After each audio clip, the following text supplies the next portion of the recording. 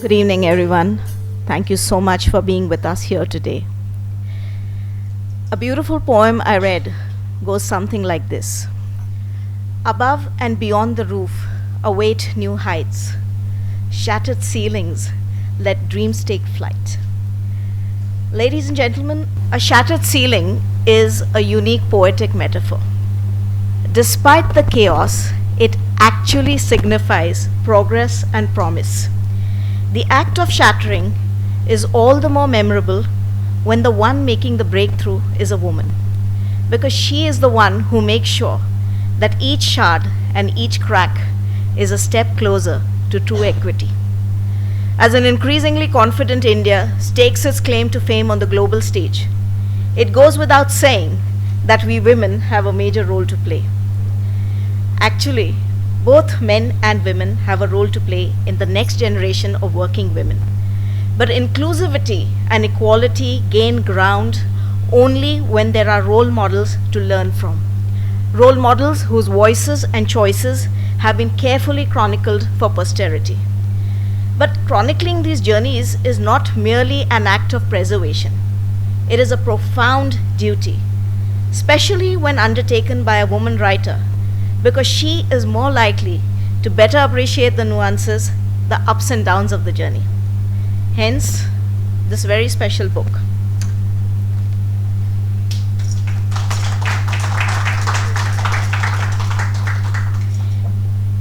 The Shattered Ceiling is a collection of 10 interviews of eminent women pioneers in Indian industry. These women have shared their leadership stories and their rise up the corporate ladder for the very first time. The USP of the work is its sheer relatability despite the success level of the women, as each interviewee candidly answers questions on how to walk the tightrope between home and work, navigate workplace politics, and make her choices visible. The narrative feels familiar and resonant. It ensures that the sacrifices, triumphs, and resilience of these trailblazers are forever etched in memory. It challenges stereotypes, breaks down barriers, and showcases the endless possibilities when women dare to dream and act. Above all, the shards of the ceiling reflect the strength of those who broke through.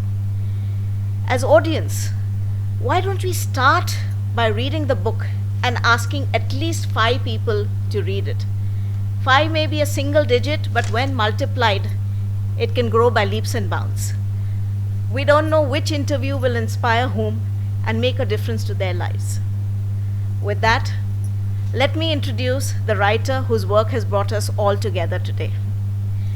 Geetmala Jalota is an emotional intelligence and diversity trainer, as well as an HR professional who has authored many books that facilitate career growth of women.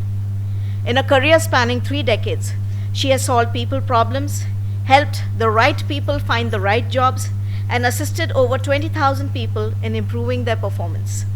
With diverse experience in diverse organizations, she has unique insight into what it takes for women to bloom and grow in the workplace, what makes them quit, and what needs to be done to ensure a level playing field. Geetmala ji is an alumnus of Tata Institute of Social Sciences, Deonar, Commerce Department of Delhi University, and member of the Indian Society of Training and Development. She is on a mission to redefine the Indian working woman 2.0, and the book is a step in that direction. She believes that a woman must know 2 things: who she is and what she wants. Over to Geetmala ji.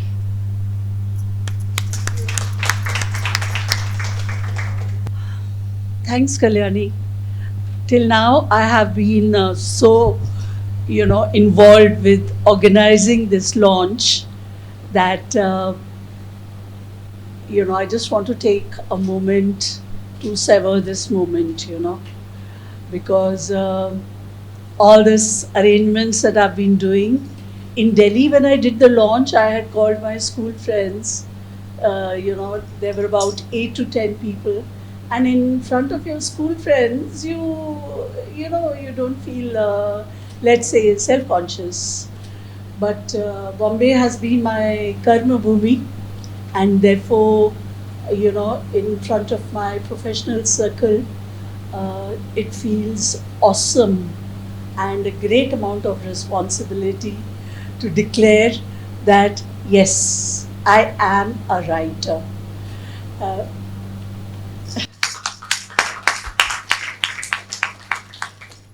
Thank you. That was and it feels very special to be, doing it in front of all of you who mean something special to me. Renu, I remember, she was one of the first persons. When I joined Fikiflow, it was the first networking platform I joined, though I'm not by habit a networker. But when I saw Renu and, she was so nice, and I said, oh, I'm so glad I joined a networking platform. And slowly I got to know Sucheta, and she was so quiet, and she was never there in front. But when Kiran Gera, who's the founding member of Fikiflow, anything was to be done, and she would say, okay, let's ask Sucheta. So I knew, okay, this woman has some weight. She carries some weight. And as I interviewed her, I got to know what her weight is. Okay, so I just want to share. I want to start with why I started writing. So my first book I started writing only about 10 years back, which was Have the Women Left Venus Decoding Gender at the Workplace, and it was launched in 2017. But writing that book was a very lonely, and it was an insightful experience, but very lonely, because I had to discover the process myself, and I discovered what a joy it is to introspect, to observe, and then share. And once people say, "Oh my God, this is so true," so uh, it gives you a lot of satisfaction. So, but this is the first book I am sharing with the world by launching it on a public platform, and because I know that launching it on a public, with that comes a lot of responsibility as an author to be true to your subject, and to be to say something new, your own perspective. So that is what I have done. And while writing this book, uh, I just want to say that you know uh, though my topic was decided that I am going to do these 10 interviews, and I'm going to interview women pioneers who have opened the doors for the next generation of women. However, the process the process of interviewing, there was a lot of uh, let's say, it was not only confidence building, but also a lot of disillusionment. Disillusionment because there was still that feeling that even though it has been almost 50 years since not 50, about 45 years since I started working, but still there's a lot of ground. We have covered very little ground in at the workplace, as far as opening of the workplace is concerned to women. So, so I feel good that I am making a difference in that direction, and that is why I need your help, because unless the book is not read by the women, unless I don't reach the readers, Jangal mein mor nacha kisne dekha.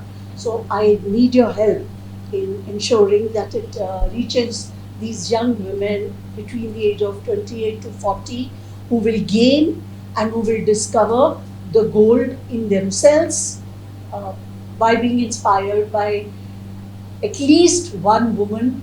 And I have a variety of women whom I have covered in this book. So I made some very amazing friends in the process of writing. It's the first time I'm meeting Kanika, but I feel like I have known her from our previous birth. So it is something about this process of talking that you get to really know. At least I got to know the, I really got to know them so intimately, and what their power is. And I want every woman to see not only their power but their own power.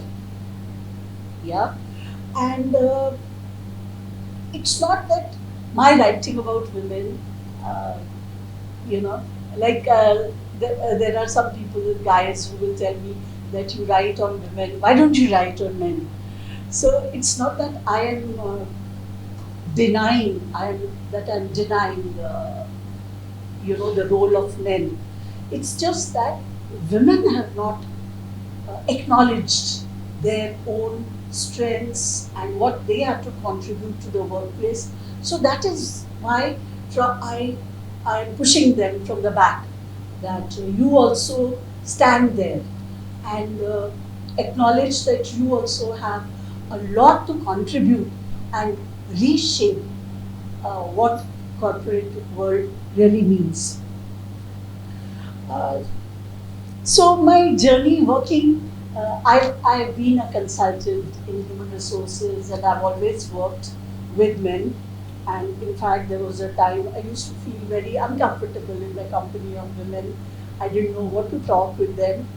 And I used to feel very comfortable with them. Yeah.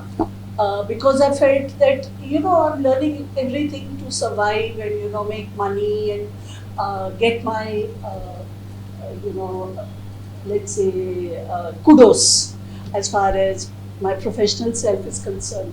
But talking to these 10 women, I realized that I think that what I missed out in my career was working with women, because women, they support each other, they prop each other up, and without you saying anything, they understand what is it that you need. While in a man's world, you're always fighting to, just reach up to their level. But with women, you're not competing, you're collaborating. And uh, interviewing these 10 women, I realized that I very much needed this ecosystem of women supporting women and women celebrating women. So that is why I wanted to have this launch, because I wanted to celebrate these 10 women. And I am saying that if each of us celebrate the other woman who inspires us, I think the workplace will look very different. Uh, so, this, uh, okay. And another thing that I noticed, which was missing, and because of which there is so much of issues which I see at the workplace, is all this clamor for money. And I feel that more and more women we see at the workplace, we will see more of, more of respect for human beings, more of caring, and more of meaning. Uh, so this is the contribution I want to be happening at the workplace. Uh, so I hope that these 10 interviews inspire inspire you in different ways, and you will help me in taking this book to readers and promoting this book, so that I get on to write my third book again on women. And I don't know when the men's turn will come, but I am sure one day it will come, and I will see the difference happening in our, lifetime. So besides being such a joy writing this book, let me just introduce my interviewees. Shall I do that? Okay. I was waiting for Anuradha. I think she should be here any moment now. So when I started writing this book, the first name which came to my mind was Deena ji. And Anuradha is here. So you have a long life. So the first name I thought was Deena Mehta's. But when I tried to look up her phone number, I couldn't find it. Sorry. No, it's okay. So I asked Sucheta, she was a co-member at FICCI Flow. She was a co-member at FICCI Flow, and I asked her for the number. She gave me the number, and I called her. And so, disarmingly, she said, "Yes, I will give you an interview." And she gave me an interview. It was, my God, no fences to cross, no heirs that call my secretary or, call me next month or something like that. After having taken Dinaji's interview, I said, my God, I mean, I have already reached the peak, Mount Everest. Now what? And so I said, okay, now let me, because pioneer, the way media defines it also is something different. So I said, okay, let me go by my own definition of somebody who has, broken some barrier from a woman's perspective. So I spoke to Sucheta, and she had always been a mystery because at most Figgy Flow meetings, she used to keep quiet and she used to only talk when spoken to. So I said, okay, but when a couple of times I went to BSc and I saw the respect with which she was treated, and I could not understand, so what is this mystery, this humble lady, quiet, and why is everybody making so much fuss of her? The MSME minister and everybody saying, Suchita ji, Suchita ji. So I said, okay, I must uncover this, mystery and peel the onion. And when I spoke to her, my God, she was such a wealth. And she shared with me how she had learned how to balance work and home, and how her auntie had given her tips. And I used to complain that my mother didn't teach me this and my mother didn't teach me that. I felt so, like selfish that here it is. I mean, everybody, all of us, nobody is there who can teach us. We just learn as we go along from whoever comes in our path. So I just want to say thank you, Sucheta. And she has been one of the most vociferous. So I just wanted to thank her with a small token of appreciation. Most, she ordered 50 books, and I was so surprised without even asking her. So that means that, she is already doing the work of making a difference. Okay, so next is Kanika. And okay, when Gopal told me about Kanika, when he introduced her name, that why don't you interview Kanika?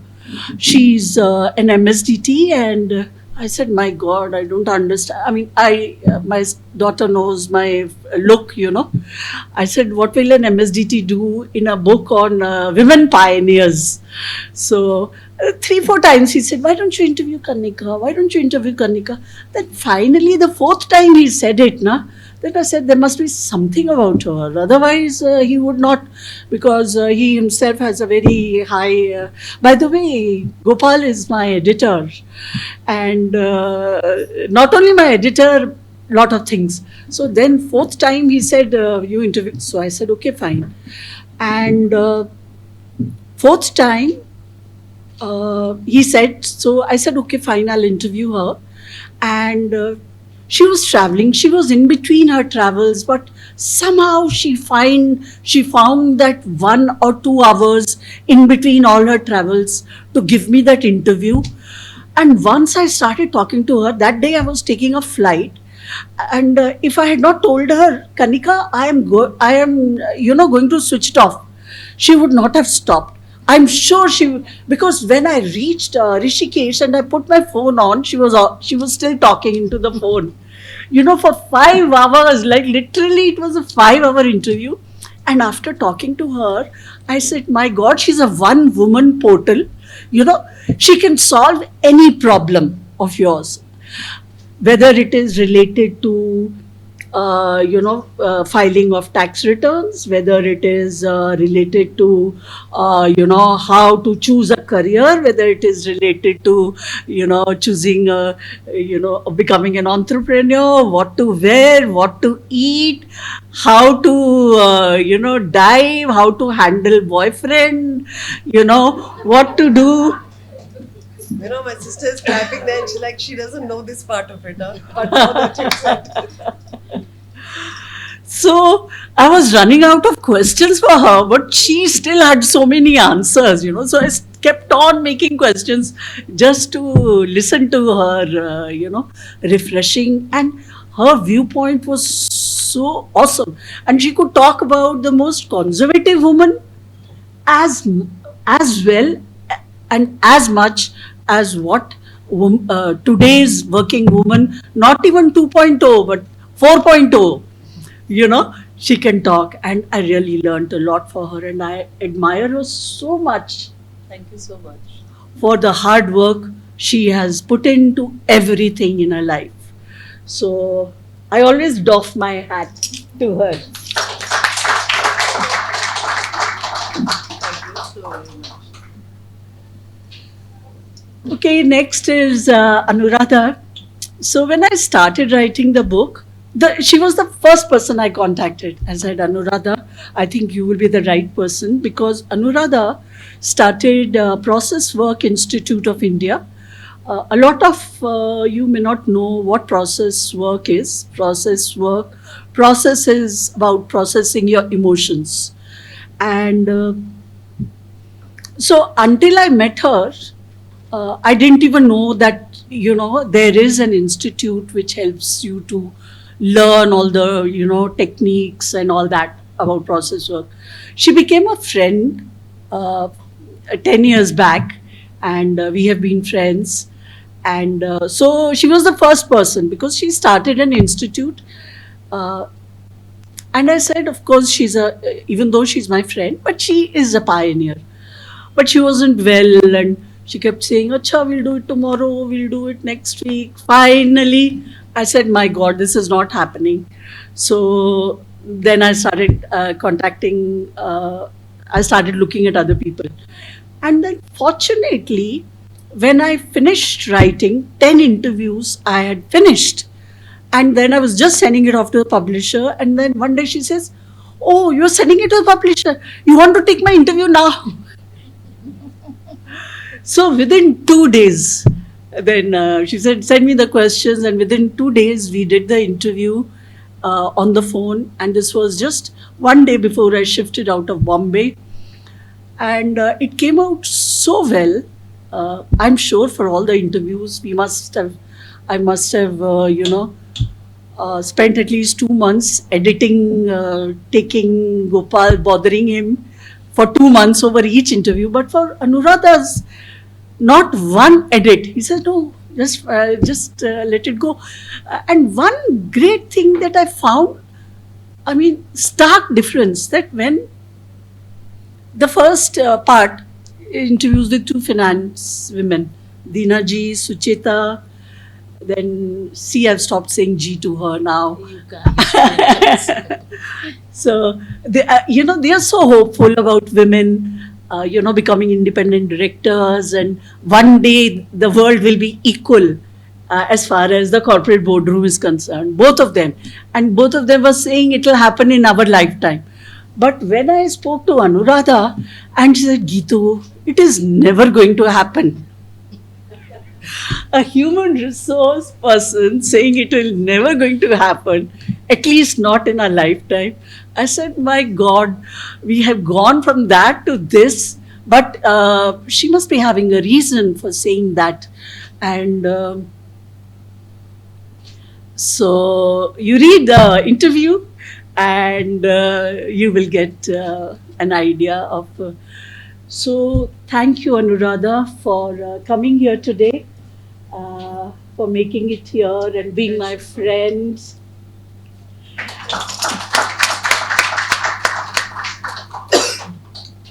A special vote of thanks to Gopal Krishnan ji for editing the book and making it what it is today. Ishani.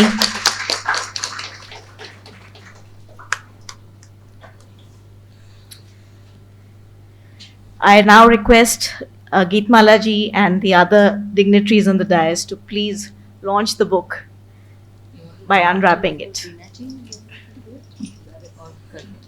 कर देते हैं हाँ so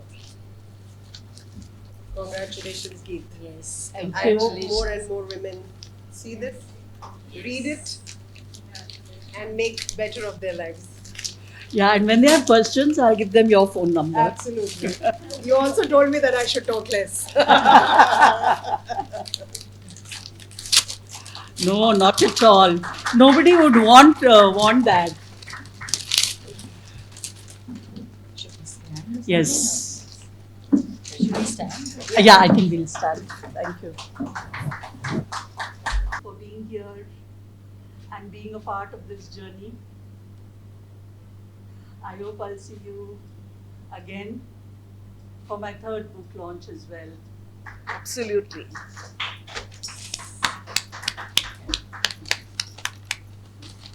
I shall now read out a few excerpts from the interviews.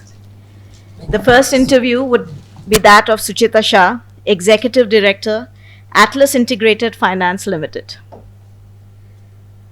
When she was asked regarding the lack of women directors, where do you think the remedy lies? This is what she had to say. Having female reservation is a debatable issue. You see, most of the businesses in India are family owned. Amongst them, skilled professionals are very few. So, what is happening is that the trust factor for independent directors is better. After all, businesses want to do well. As independent directors, management wants to make sure the person has a bit of experience. However, here everything works on trust. Nobody wants to employ a completely unknown person as director. Even a little bit of acquaintance with the person builds trust in the person. Professionalism is not that prevalent in businesses. That needs to grow.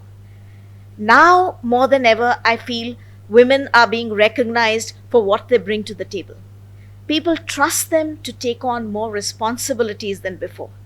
Circumstances are becoming favorable for women. Disparity between men and women, in my view, is decreasing by the day. Knowledge and skill have more value rather than status quo. Things are changing for the better. Cooperation and flexibility are a must to be in the flow. There was a time when I was managing so much kids, family, home, that too without any help. Without losing heart and my husband's support, I carried on. We could spend quality time with our two children who are now adults and excelling in their own careers. Our commitment brought us our clients' trust, which helped us. It was all worth it in the end. Where, what, when it'll work, you don't know. Just keep doing, just keep moving. Thank you so much for your valuable insights, Suchita ji. It was a wonderful interview. Kanika Saxena on what made her take up diving despite enjoying such a successful corporate career. Says she, it's like a calling. I didn't know it was my calling till it actually came. It showed itself to me. When I made this choice, it was just to learn another skill set, and that's when I quit my job, took up diving. It was something to learn a skill set I didn't know. I had no idea I would be India's second female master scuba diver trainer. I literally just took to water. It was love for water, ocean. I'm a nature person. I love it. I was like, wow, this is something I would love to do.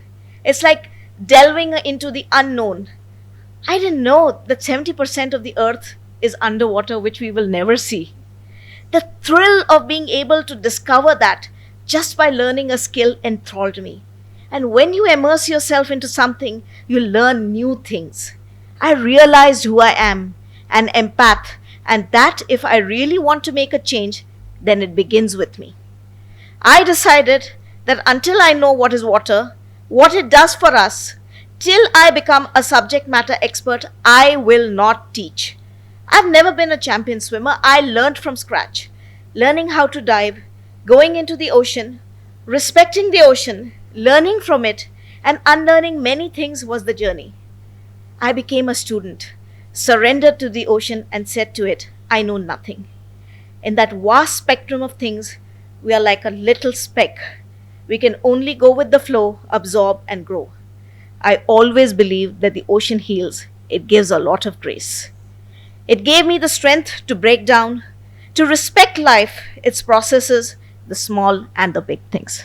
Thank you so much, Kanika, for those beautiful insights. Isn't that so inspirational? The third excerpt is from the interview of Anuradha Deb, founder, Process Work Institute of India, coach, and therapist. When she was asked, what, in your opinion, is the common mistake made by working women? This is what she had to say. Women want different things. You see, the whole point is that women do have the role of making babies. Men can't do that. Then women get confused, okay? It competes with education, career. The competition between priorities is very strong. Now, supposing you go to a management college. From amongst your batchmates, you find one person has stopped growing in a career while the other continues growing financially and designation wise. Just because one of them took maternity leave and the other didn't. This is a competition that many women get into. They make this mistake of unplanned babies, then they get frustrated because they think, why am I the only person who can make babies? Why can't men do it? So, in some ways, this whole culture takes away the feminine part of them. And that then becomes a huge problem in their life because then they get very confused, running away from what makes them. In all organizations, whether you like it or not, there is a glass ceiling. Not only in organizations, even in families. Like if a child is sick, it wants the mother, not the father. So this is where women then think, okay, enough of career, I have to leave. And it's only because there's no balance in their thinking and planning. Thank you so much, Anuradha ji.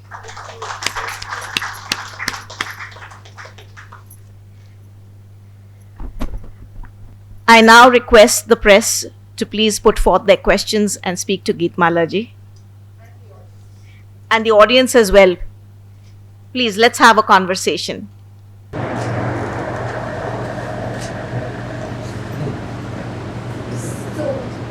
Besides doing the interviews, did you come up with some kind of observation of your own or conclusion because you come from the HR background? Yes. Your book says that this is what I. Yeah. After each interview, I have, like one page of my take. That's just sort of to draw the reader's attention to, what they can take away from that interview. Because as a HR professional, there are some things which only I see, they may not be able to see. So there is. How long did it take you to do this book? Actually, the interviews were over very fast. I was doing one interview every 2 weeks. In 6 months, I had completed the interviews. But the editing part of it took some time because it was an audio interview that I had taken. And then, to put it like a story, that took... and when I completed it, even after that, I sent it to each interviewee. And they also made a few changes. So that part took another 6 months.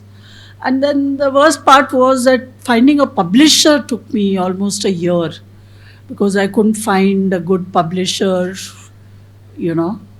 So in 2 years, this went much faster. And where can one get a copy of the book? You have them here? Yes, I have them here. Which brings me to the point.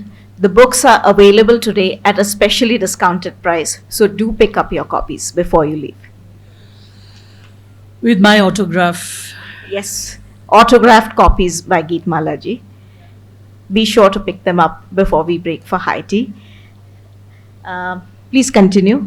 So, would you like to say something about what was your, what was your experience like, having been written about? Are there any questions for our guests of honor? Yes. So when you're writing a book, to write something which is just a figment of imagination or a story is different. But you have done something which is interviewing 10 different people. So what was the most difficult thing you found to do while writing this book? Not publishing, not administrative things, but in the writing itself. To come when I am interviewing somebody, and even the interview part is fine, but when I'm editing it, I tend to go so much into the character that it becomes difficult for me to come into my own skin. Like when I'm editing, I feel like I'm living, my whole thought process is overtaken by that person's thought process. And it's so difficult to come out of that. And that is how I am able to write my take also, because I'm able to put myself in that person's shoes and see what the reader may be missing. And that is the most difficult part, coming out of those shoes and living your life again. And I feel sad also coming out of that. When I was small, whenever we used to go, I used to love looking at night, especially looking into people's houses, how they have decorated their house, with the light inside, and admire, this is nice, that is nice. So, looking into their psyche and then coming out of it, I used to feel very sad. So I would take a few days to switch out of one personality and then start with another one. Because I don't want to mix.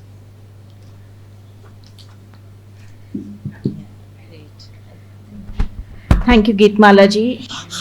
Tina ji. Ladies So and sorry. gentlemen, can we specially welcome Deena Mehta ji, First Lady Trader and President of the Bombay Stock Exchange.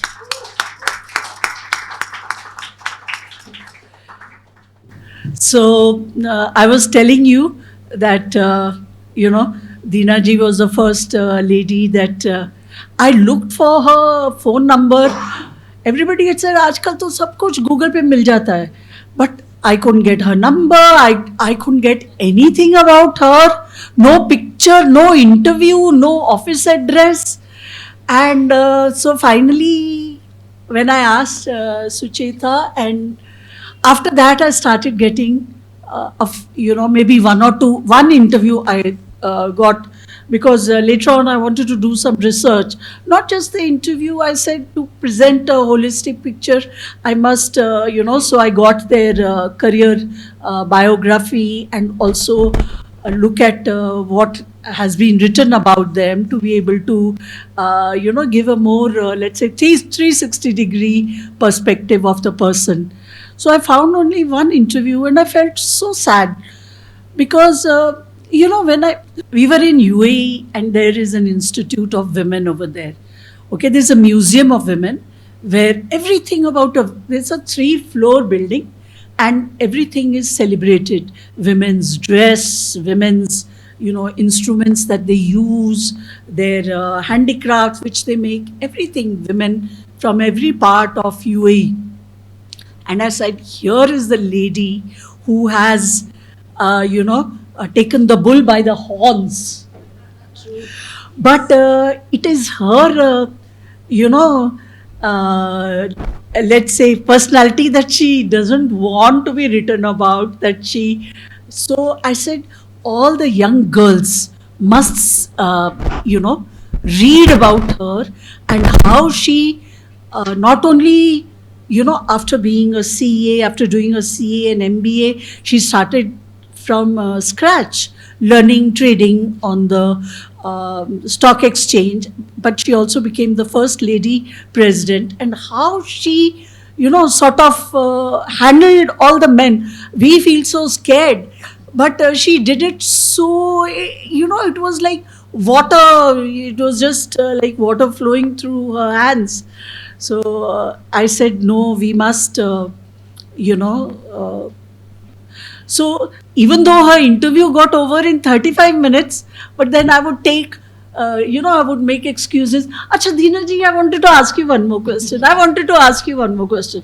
Because my question used to be longer than her answer. She was always so to the point, So I kept on elongating it, because the more I spoke to her, and I've learned so much from her. And even though she's not a psychology graduate, but I think that so much of, the psychological part of how to, get your point, to make your point and get the work done. I learned from her, and I'm just so grateful that that was another dream of mine, to meet her. Geetmala ji, Yes. may I read out an excerpt from her Yes, interview? of course. Because Of course. we've been fortunate that she has found time in her busy schedule to be able to join us. When she was asked, there have been many times when your opinions and ideas have contradicted, especially with your male counterparts during your presidentship. How did you handle that? This is what she had to say. Ideas conflicted all the time because I was interested in bringing about changes in the system. On the other hand, people were used to the old ways. They were resistant to change. Little did they realize the inefficiency of the system. Initially, it was not an easy task. It happened gradually. I think you need to have a positive attitude and need to address each person's concerns individually. Thus, you're able to win their trust. Secondly, you need to remember that when people criticize, it is your idea that they are criticizing and not you. They don't know how to separate the idea from the person. It is not personal, it is professional. If you keep that philosophy in mind, communication breakdowns will never happen. Brilliant insight. Thank you, Deena ji. I would have one question, if you Yes. don't mind. This is for all our dignitaries today. What, in your opinion, ladies, is the one thing that needs to change in order for organizations to be able to retain its female workforce? I believe flexibility, because getting flexibility makes a huge difference, because you have to deliver. So it's important that you deliver, but very often you have so many other commitments at times which you would want to, maybe do it at that time and then maybe deliver it at. So, and that has been, I have got that flexibility over the years to reach, but maybe little, but I would want even at workforce level that it's all right, which has come a little because of the COVID, the pandemic. Correct. It has come to a little extent, but that plays a huge role.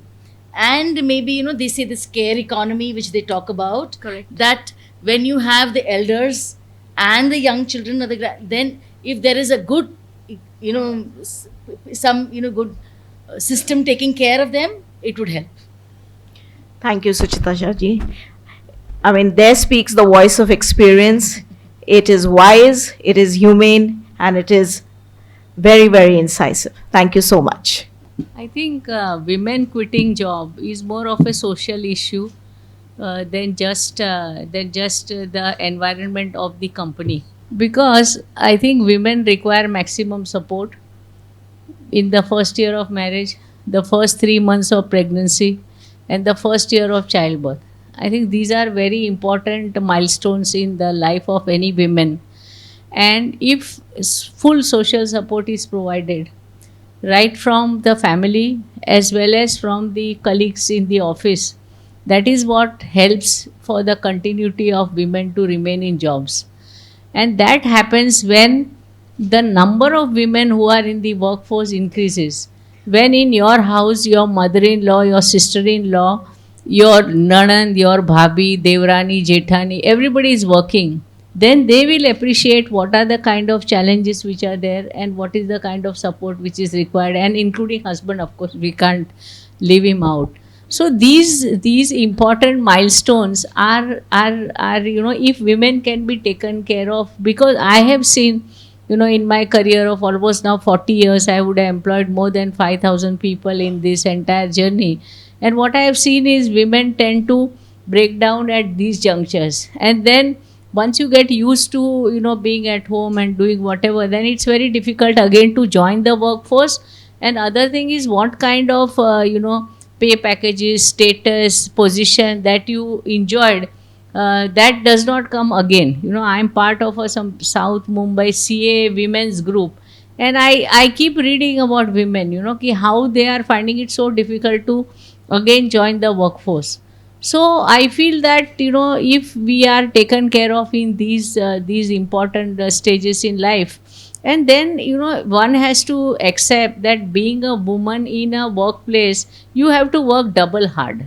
I mean, you have to just, one is you have to work to say that I am as good as man, and I can also perform. So performance also demands a lot of effort.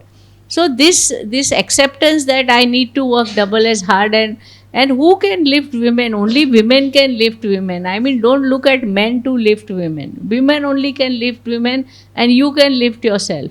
So if this kind of attitude is accepted, then within 2-3 years, if you stand by and really perform, then you tend to get accepted, from everybody. That peer pressure is not there. And then with that, I think 2-3-5 years is maximum to get accepted. It's not done overnight, but once you are accepted, then I think sky is the limit.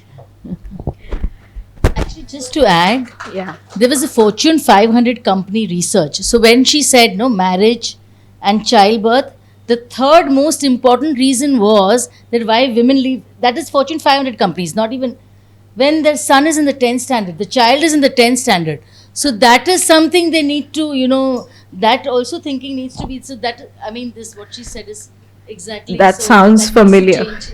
Yeah. Okay, so the first thing I think that should change is that the organization should change. It's neither the men nor the women, but the perspective of the organization towards accepting women as women different from men, and not women as women managers just like men managers.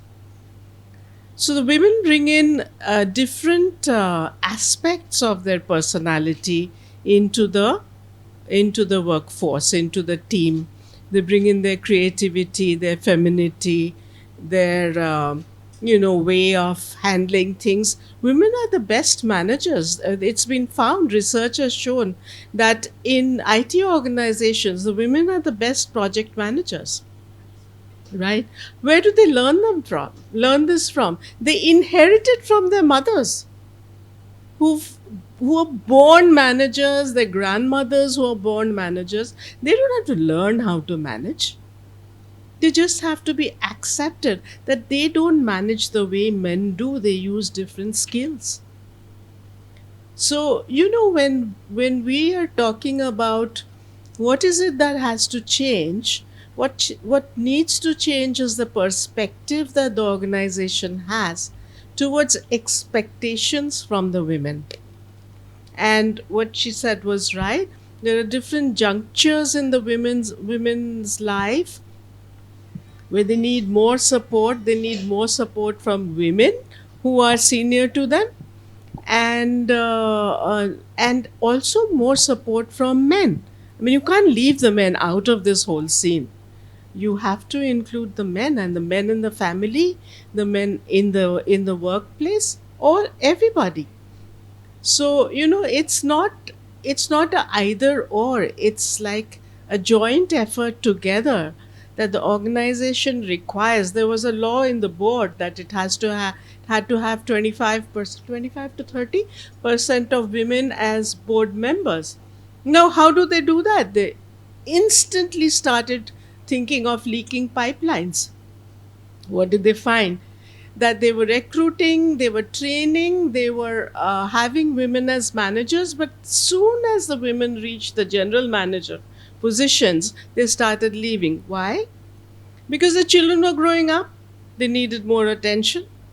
The spouses were getting senior positions, they had to host parties, okay, and be the model wife, and they just did not have the time. Now, why am I talking to you about this? Is because I did a 3-year project on this leaking pipeline for a bank, very this known bank, which I will not name, and this is what we found: is that when you talk about a leaking pipeline, you're actually demotivating the women and not understanding that their needs are very, very different. So that would be my answer. Thanks. Actually, you said it very right, and all of you pretty much covered. But what I think is that organizations cannot change overnight or cannot change themselves. And organizations is not an outlet, it's people there. All these people, whether men and women in question here, are trained from age-old bearings of the woman has certain things in the house to do. She's supposed to be in the house. The women move forward very fast, rather. Unfortunately, and I'm not bashing anybody here, the men did not. Number one. Most organizations today train the men to be more open, to be more supportive, to be more comforting. But I think that has to come from within. It's not lip service. Secondly, I believe that you are a master of your own destiny. Correct. And nobody else can be responsible for that. So you have to be a collaborator of your own life, like you are a collaborator in your own home, looking after your children, spouse, mother-in-law, father-in-law, and so on and so forth. So I think you have to be the same collaborator at workplace as well. And you have to fight for it, because nobody else will if you won't. Absolutely, Kanika. I think it's safe to say that just as the saying goes, behind every successful man there is a woman. But behind every successful woman, there are many other women, a family with a heart, and an organization with a vision. Yes, there's one more question coming up, please. You are working with emotion. So, how far women are emotionally mature, even after working for 30 years or 35 years? Because all the landmark of childbirth and even divorce and children, joint family issues, are they emotionally mature? We make them chartered accountant, we make them doctors, work and work. But every junction, do you find them EQ high? IQ is high.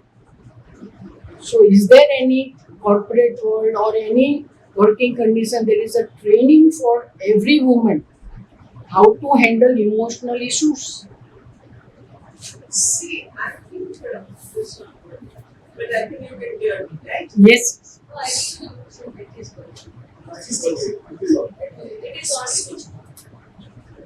Okay. Okay. So, so I have about 35. One thing, emotions are women's treasure, I would say. We call it, all women are emotional. Men are equally emotional.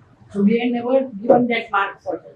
But is it is strength or weakness? Or she uses as a weakness?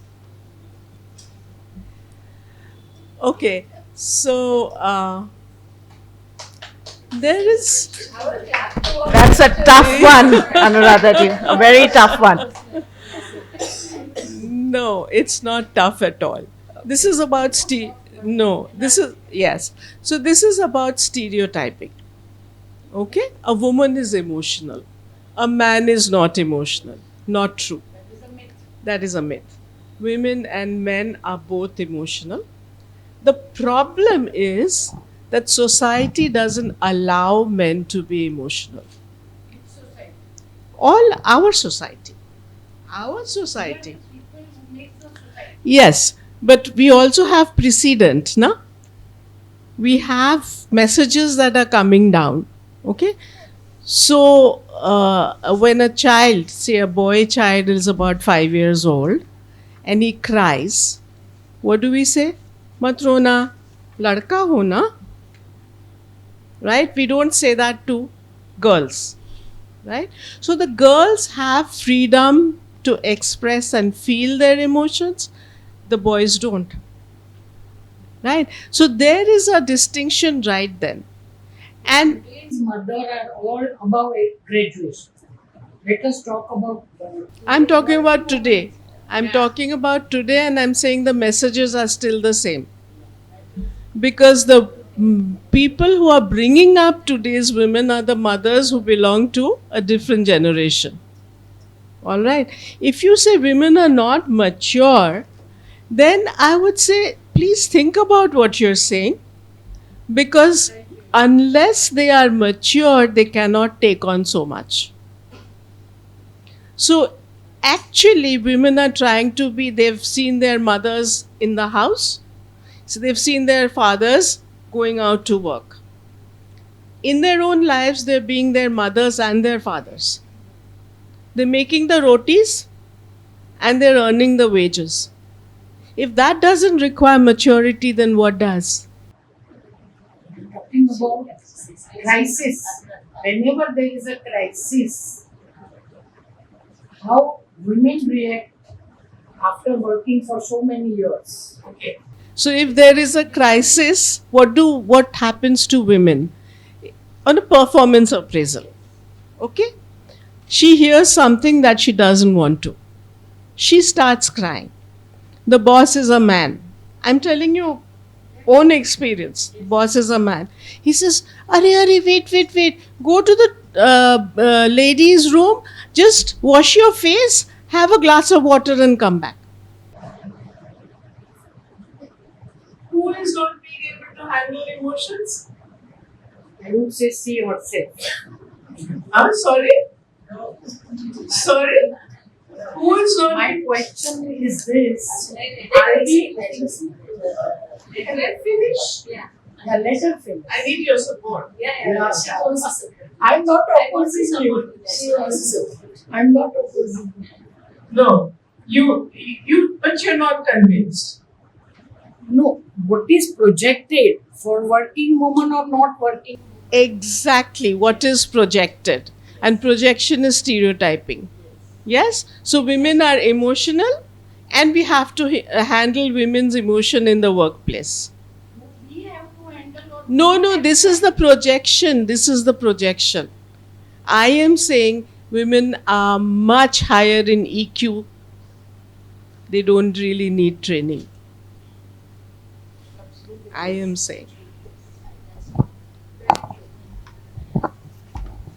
Actually, madam, the person who is questioning you, she is a psychologist for more than 40 years. She runs a counseling center at Prempuri Ashram, and she is quite into women counseling. So actually, she can throw more light than us because every day she handles women's counseling.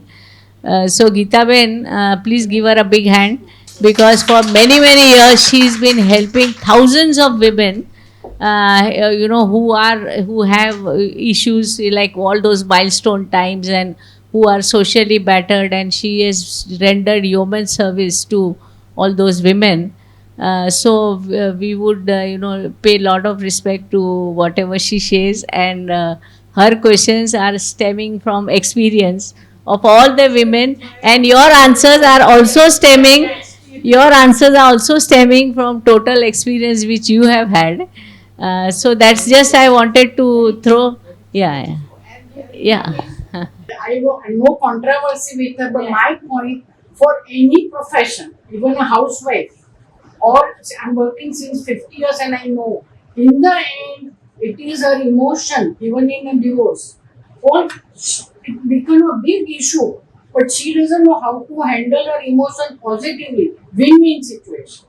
Every time from the pack. So where unless we don't break this stereotype image of self, that was my only approach. We have to break that emotional that she's a weak, she's weak. Where sometimes we are proving that she's so strong. So are we confused about ourselves? Yes. Yeah. Because the point is being emotional and vulnerable is the strongest thing a person can do. Being emotional and vulnerable in front of people is the amount of trust that is required to be able to do that is phenomenal. When you have the strongest person, that person can be emotional and vulnerable in front of people. Because emotionality, vulnerability is when you're so very laying yourself bare that anybody can come and strike you. And you know you have the core strength. Creature, plant, everybody is emotional. So being emotional is a strength. That is true. So let working woman makes it a win-win situation. That is what she's saying. That is what my point. You're saying the same thing. I'm saying the same thing. Yeah. I think we have a lot to think about. Yeah, the gentleman there has a question. So I just wanted to ask all of you, how would life look like when gender parity has been achieved? What are your thoughts? In this lifetime, or There will be no war. My point is that we should come from when I'm hearing all of you, I'm getting the sense that you don't believe that it can be achieved in a lifetime. No, I was kidding actually. Yeah, I was kidding if I think.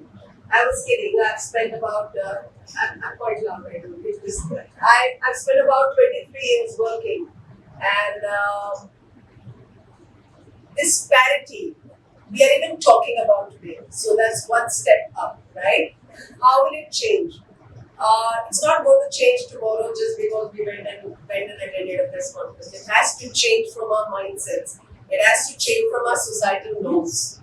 How the women of the house, modern homes or traditional homes, are taught, बेटा तुम लड़की हो, पढ़ लिख लो पर अच्छा पति तभी मिलेगा. या बेटा ऐसी ही लड़कियों को sacrifice करना पड़ता है. Or so on so forth. When that narrative changes, and that narrative always is a mother who changes for the son and the daughter, is when you will see that difference. That's one. And that is for the next generation to come. For the current generation, I mean, if I had to go back to my mother and tell her, yo mother, I think it's cool to smoke because I think so, my mother's just going to give me a tight slap. And she's going to turn back and say, you know what, हमारे ज़माने में ना लड़कियाँ cigarette पीती थी. Just to give you an example. So there's nothing wrong with what you're doing or what your mother is saying, but we have different ideologies. This will change the day we start looking at women and men or children at our home. Let me not just say men and women, children at our home very, very differently. Even today, the rules for the boys are very different and the rules for the girls are very different. As modern or traditional societies one can go through, specifically in our country. The women are taught and we are taught from the time they are born through the time they become sensible. Ma'am was talking about emotions. I think girls become very mature from the time they're born because they're forced to. There are always narratives set in their homes which trains them so. So even if though they want to be when they are young and unmarried, they might be more, as we call it, revolting or rebellious, but they become subtle. Why? Because inherently that's what we were taught. It's very hard to stand up from everything you were taught and learn and unlearn. So in the current generation, one has to unlearn, parents and us. I find the latter very difficult. Script has to change. So for us, but for the newer generation, it's all one of us. I mean, I don't have any children, thank God. But for all those who have, it's how we teach our children at home. And that is what will make that change. And therefore I said that not in this lifetime, but I'm certain that in few years to come, yes. No, I would say I am a lot more positive The change is already happening. Actually, it is happening all around you. Only thing is the so many people, so many territories, so many places that you don't actually see it. But if you see the number of admissions in MBA colleges, the girls are as many as boys. If you look at chartered accountants who are passing out, more and more girl chartered accountants are passing out. You know, I have traveled almost 450 districts of India. And when I go to Ranchi, earlier I would have gone, the girl would not have come in the hall when I went to meet. But today, if I go, the girl has studied engineering in Calcutta, and now she is in Bangalore doing some internship. So the change is happening. Like I attended one lecture of all women gram panchayats, women who had gram panchayats. Earlier, when the men were there, the money grant used to be used from home to shop. That is where the road was made. Today, roads are made from home to the water well, from home to the school.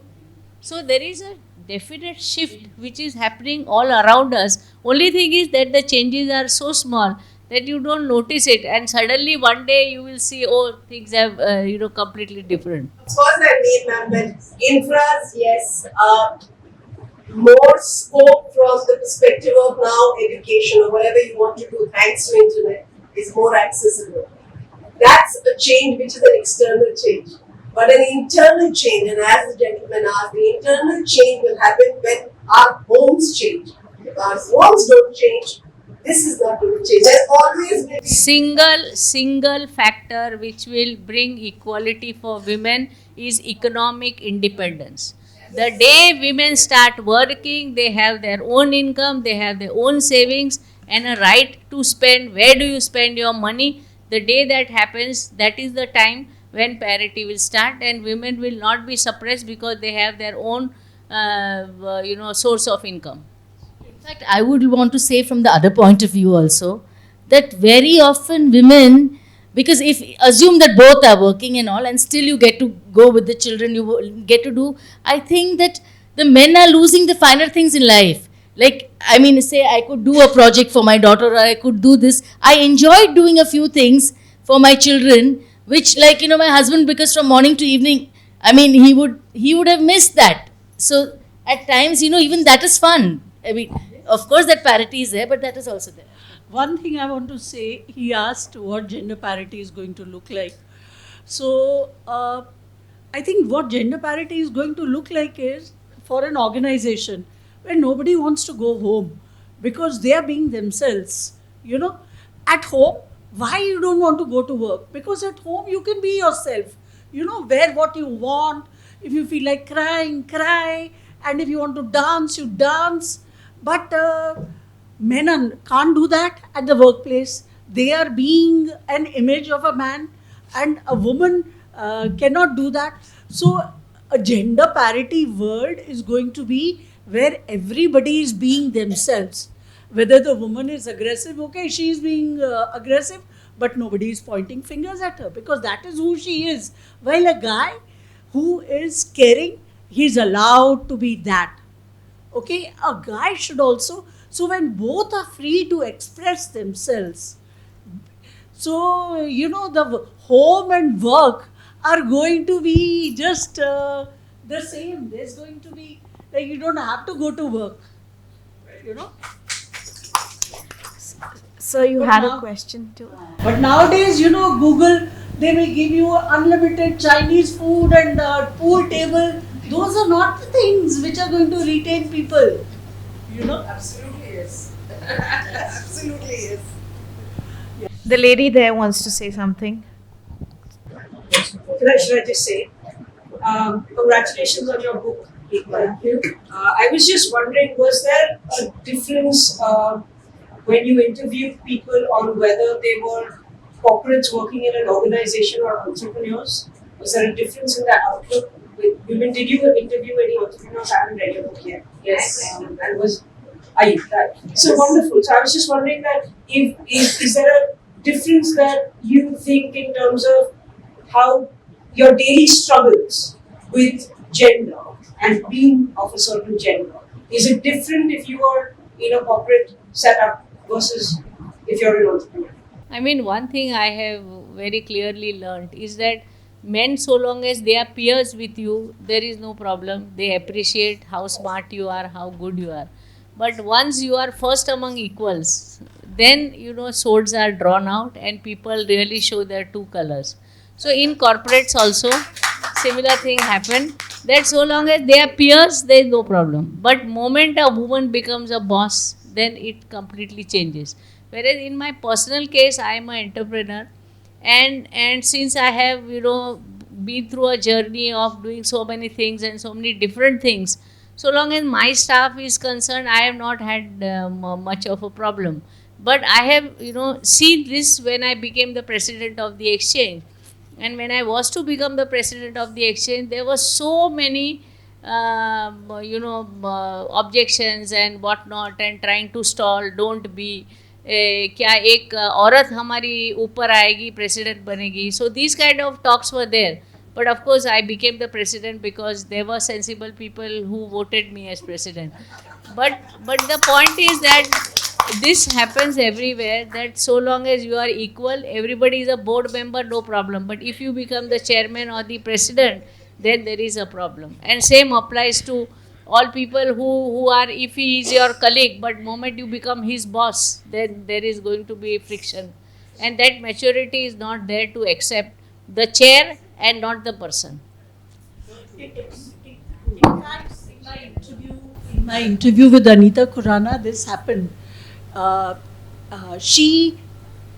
moment, it was just by chance that Air India, Indian Airlines merged. She was the commercial director of Indian Airlines, and it was just by chance that she became the commercial director when both merged.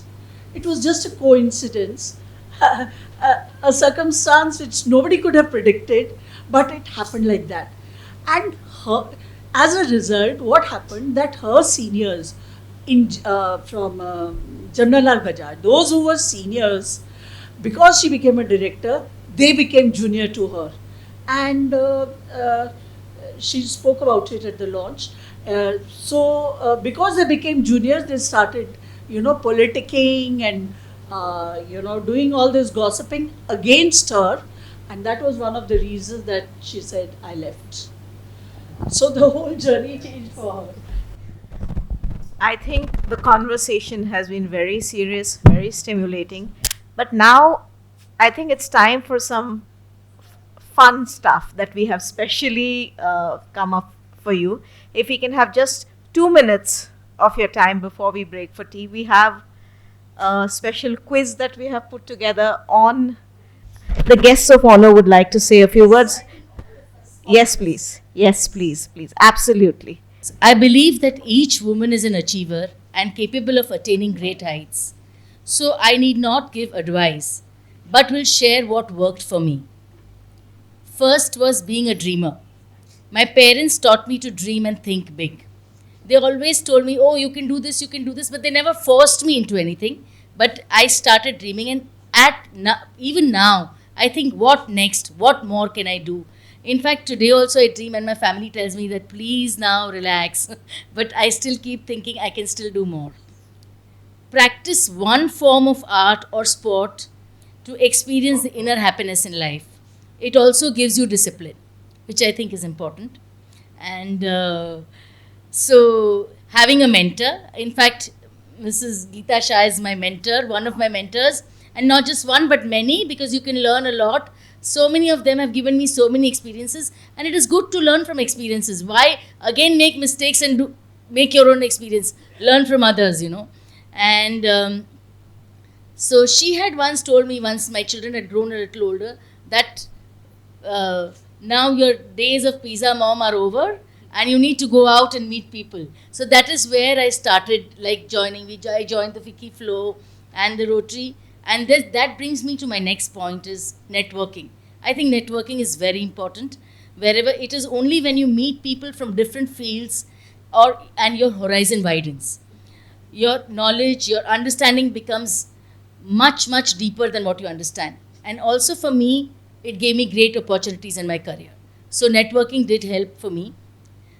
Then shuffling priorities. Everybody has priorities. We all have career, home, health, everything. But it is very important to shuffle those priorities, because if you become rigid that, oh, whatever happens I will not lose my career and all, so that doesn't work.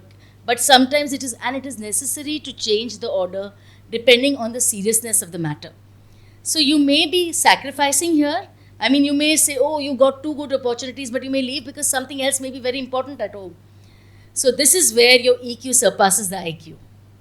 Lastly, whichever position you are in your career, make sure you are sincere and loyal towards it and committed to your responsibilities. And whenever you believe things are not right, please speak up, at least put up your point.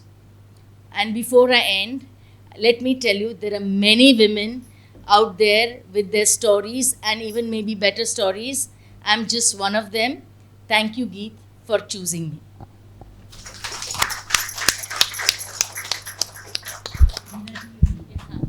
Actually, though I came late, I'm sorry, I had another meeting. But my real compliments to Geet for putting together this book. She contacted me many, many times, and each time, of course, I tried my best to respond. Of course, she ended up talking more to my secretary. But I think all in all, it's a good attempt. And I would say that we do not want to be trailblazers in the sense that, we burned the trail, we ran and we did something. Actually, we want to be trendsetters. So all of us, we would like to be trendsetters. So that whatever we did, we have to see that 100 other people see it, they follow it. So only purpose of, giving this interview was that if people should read and if they get inspired, then my service is done. So I think, and as she rightly said that, being, giving your best is what is most important. I mean, you are your only competitor. This is what I have believed all my life, that I am my competitor. I don't care what others say. So long as I am bettering myself every day, some people may appreciate, some may not appreciate, but I should go on bettering myself. And another very important, input in my life is spiritualism.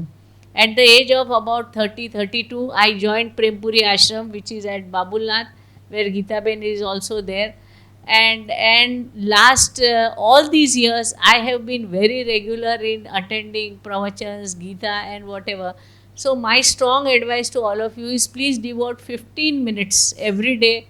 Listen anything that you like. YouTube is giving enough information. Any speaker you like, any subject you like, but spend 15 minutes at a fixed time, at a fixed place.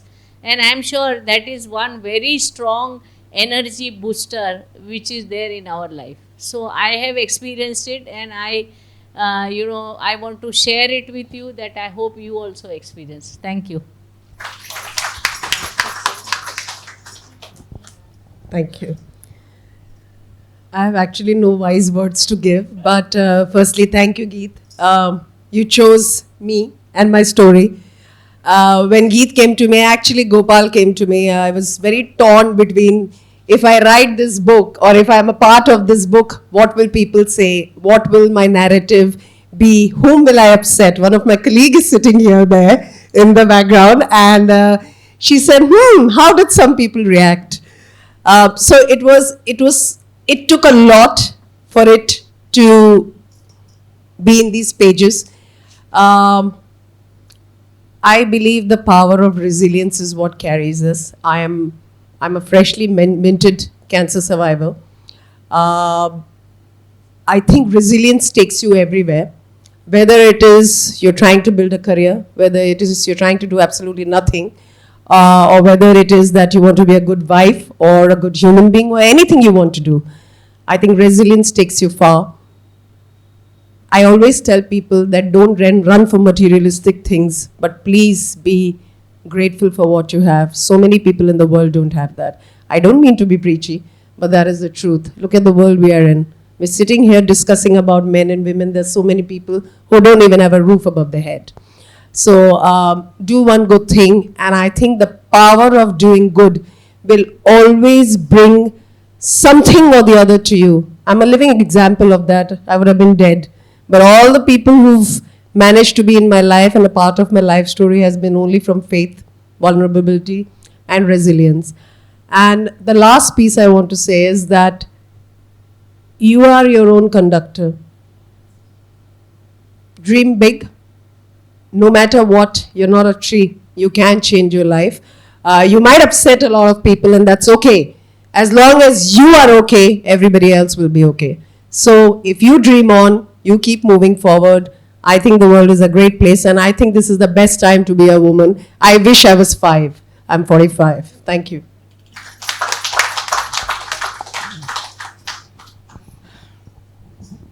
So I didn't prepare a speech, and very typically I was hoping I didn't have to say anything. But yes, I want to say something very important is that a book like this, I don't think we have two of this kind in India.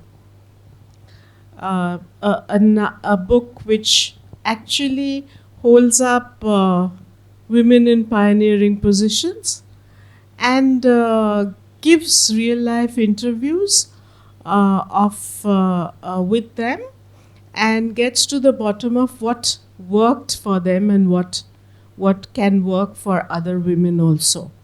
So what I'd really like to do, Geet, or Geetu as I call her, is ask all of you, and this is not a marketing stunt, but ask all of you to buy at least 5 books and give it to 5 women you really love. Maybe 10, I don't know. But this book really needs to be widely circulated, because there isn't a book like this in India. We have books like Lean In and everything from a different culture that doesn't belong to us. It's difficult to copy those. But if you can give this and circulate this more, write about this more, talk about this more, I think a lot of women will really benefit from that. That's all I have to say. And thank you again, Geet.